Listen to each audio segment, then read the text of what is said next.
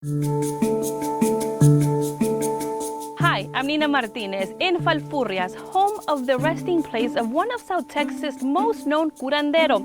This Hispanic Heritage Month, we explore the life and the legend of Don Pedro Jaramillio, healer of Los Olmos. In the late 1800s, when the sick could find no help for their ailments, they would turn to Don Pedro Jaramillio. Legend says that he was a bootlegger, and he came with a band of bootleggers to this area. But it wasn't his bootlegging that made him famous. Jaramillo, affectionately known as Don Pedrito, was a curandero or folk healer.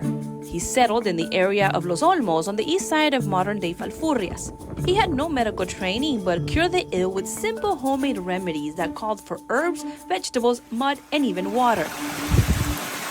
Lourdes Treviño Cantu, curator at the Heritage Museum in Falfurrias, shared a story about how Don Pedrito discovered his healing touch.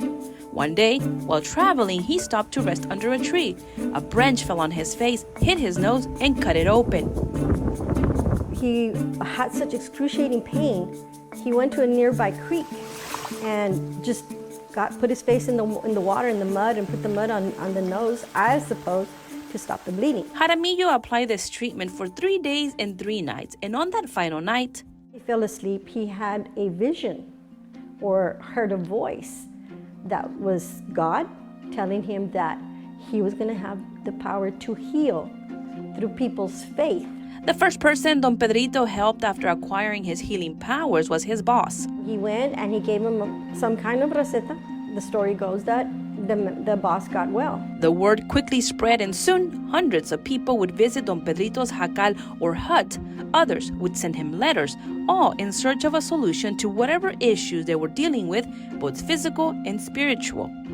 Cantu's grandmother, Marcela Galindo, was one of those who experienced Don Pedrito's powers. She was his neighbor, and when she started losing her sight, she went to him. If you see all the pictures that we have of my grandmother, she's not wearing glasses, and she lived to be 80-something. Don Pedro Jaramillo passed away in 1907, and there is a shrine at his burial site on FM 1418 in Falfurrias. People leave flowers and pictures, and to this day, they still pray for his healing powers.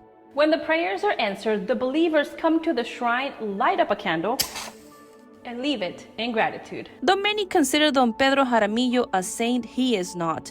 The church has never recognized him as such. He himself said, "This is not my power that I have to heal, it's God's power."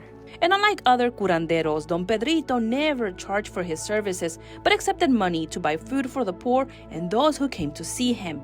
He never married, but adopted 2 boys, and on the day he died, more than $5,000 in 50-cent pieces were found in his jacal. And what's more fascinating is the belief that he continued helping others, even on his deathbed. He never stopped healing. The faithful never stopped coming. People from all over still visit his shrine, hoping Don Pedrito will hear their pleas more than 100 years after he died.